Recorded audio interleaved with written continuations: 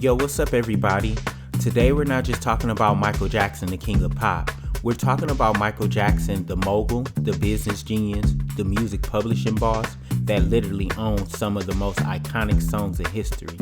Yeah, you love Billie Jean and Thriller, but did you know that Michael Jackson once owned the Beatles catalog? Yep, stick around because we're diving deep into how Michael Jackson changed the game behind the scenes. So let's rewind to 1983 on the set of Say Say Say music video. Michael was shooting a fun circus-style video with Paul McCartney, one of the Beatles himself. And during a break on set, Paul shows Michael a binder full of songs he once owned the publishing to. He casually flipping through, saying how he make millions of dollars every year, not just from touring, but from owning other music from other artists. Michael Jackson, fascinated, asked him questions like a student to a professor. And then he says, half jokingly, "One day, I'm going to own your songs." Paul laughs, but 2 years later, in 1985, Michael makes it happen.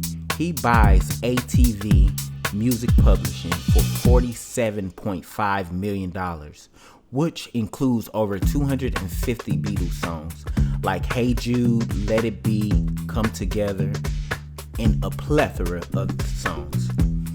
That's the moment that flipped the switch. Michael didn't just want to perform music, he wanted to own it. And that's when the game changed. But that catalog wasn't just the Beatles.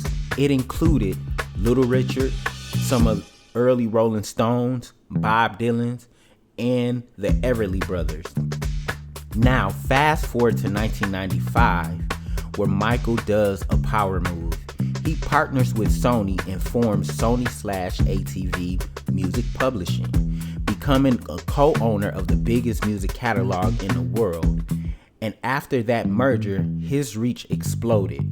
He now had publishing rights to songs by Whitney Houston, Backstreet Boys, and later in the 2000s, he also owned music from Rihanna, Lady Gaga, Eminem, Beyonce, and even Taylor Swift.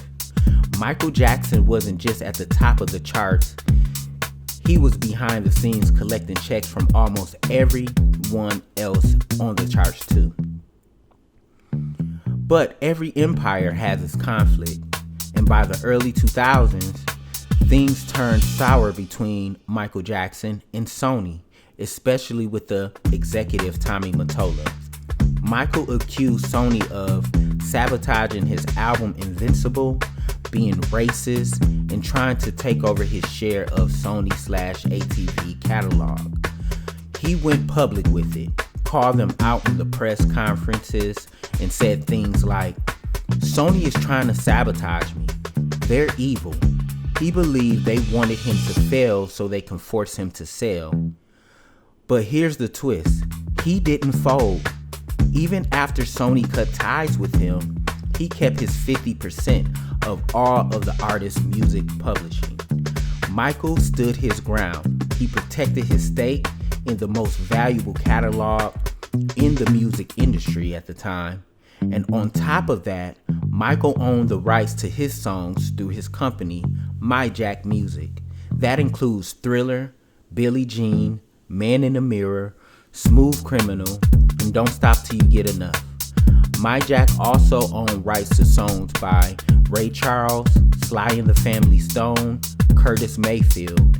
And while other artists are getting robbed by labels, Michael Jackson was reading contracts, owning his masters, and collecting publishing checks. He was generations ahead. So when we talk about the greatest of all time, don't just think vocals and dance moves. Think vision, think ownership, think legacy. From a casual conversation on the set of Say Say Say video, to buying the Beatles catalog, to co-owning the biggest publishing empire ever, Michael Jackson was a true music mogul. And in 2016, 7 years after his death, his estate sold his 50% stake in Sony/ATV for $750 million. That's how valuable his moves were. He walked so others like Rihanna, Taylor Swift, Beyonce, Jay-Z, and even Kendrick Lamar could run. He taught the industry, don't just make music, own it. Rest in power, Michael Jackson, forever the king of pop and one of the greatest businessmen the music world has ever seen. If you learned something new, drop a microphone in the comments, tag an artist who needs to protect their work, and follow for more real music history that they don't teach us in class.